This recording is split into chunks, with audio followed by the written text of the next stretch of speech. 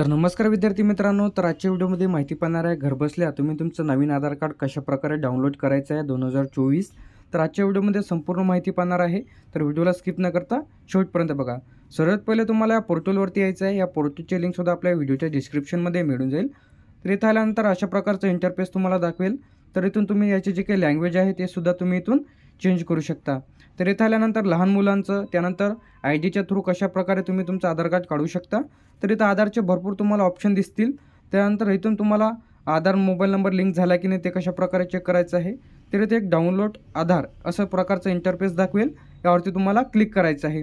तर इथून तुम्हाला तुमचा आधार नंबर, त्यानंतर आय डीच्या माध्यमातून किंवा व्हर्च्युअल आय डीच्या माध्यमातून तुम्ही तुमचं आधार कार्ड डाउनलोड करू शकता, की जे की तुम्हाला पावती मिळालेली असेल. तर लहान मुलांचं तुम्ही इथून आधार कार्ड डाउनलोड करू शकता.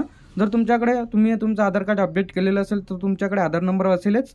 तुमचा आधार नंबर इथं टाकून इथं कॅप्चा येईल, ते कॅप्चा तुम्हाला इथं टाकायचं आहे. त्यानंतर सेंड OTP यावरती क्लिक करायचं आहे. तर मी माझा जो आधार नंबर आहे तर मी तर माझा आधार नंबर इथं टाकणार आहे. त्यानंतर इथे कॅप्चा येईल. कॅप्चा जसं तसं तुम्हाला इथं टाकायचं आहे, किंवा तुम्ही इथून रिफ्रेश कॅप्चासुद्धा करू शकता. त्यानंतर इथं सेंड OTPचं एक ऑप्शन येईल. त्या सेंड OTPवरती क्लिक करायचं आहे. जे की तुमच्या आधारला मोबाईल नंबर लिंक असेल त्यावरती एक OTP जाईल. तर OTP आपल्याला आलेला आहे, तर OTP मी इथे एंटर करणार आहे. त्यानंतर व्हेरीफाय अँड डाउनलोड यावरती तुम्हाला क्लिक करायचं आहे. त्यानंतर व्हेरीफाय अँड डाउनलोडवरती क्लिक केल्यानंतर तुमचा जो काही आधार आहे ती इथं डाउनलोड होईल. तर इथं आपल्याला जो काही आपला आधार आहे इथं डाउनलोड झालेला आहे. तर इथे एक PDF जे आहे ते तुमच्या मोबाईलवर किंवा PCवर इथं दाखवेल.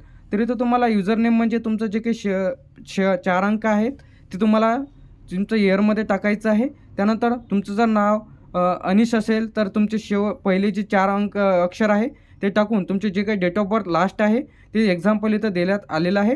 तर अशा प्रकारे तुम्ही तुमचा जो काही पासवर्ड आहे ते तुम्हाला इथं टाकायचं आहे. तर इथं पासवर्ड टाकल्यानंतर सबमिटवरती क्लिक करायचं आहे. तर तुमचं जे काही आधार कार्ड आहे तिथं ओपन होईल. तर अशा प्रकारचं जे काही नवीन आधार येत आहे तर सर्वांनी तुम्ही तुमचं आधार कार्ड डाउनलोड करून घ्या.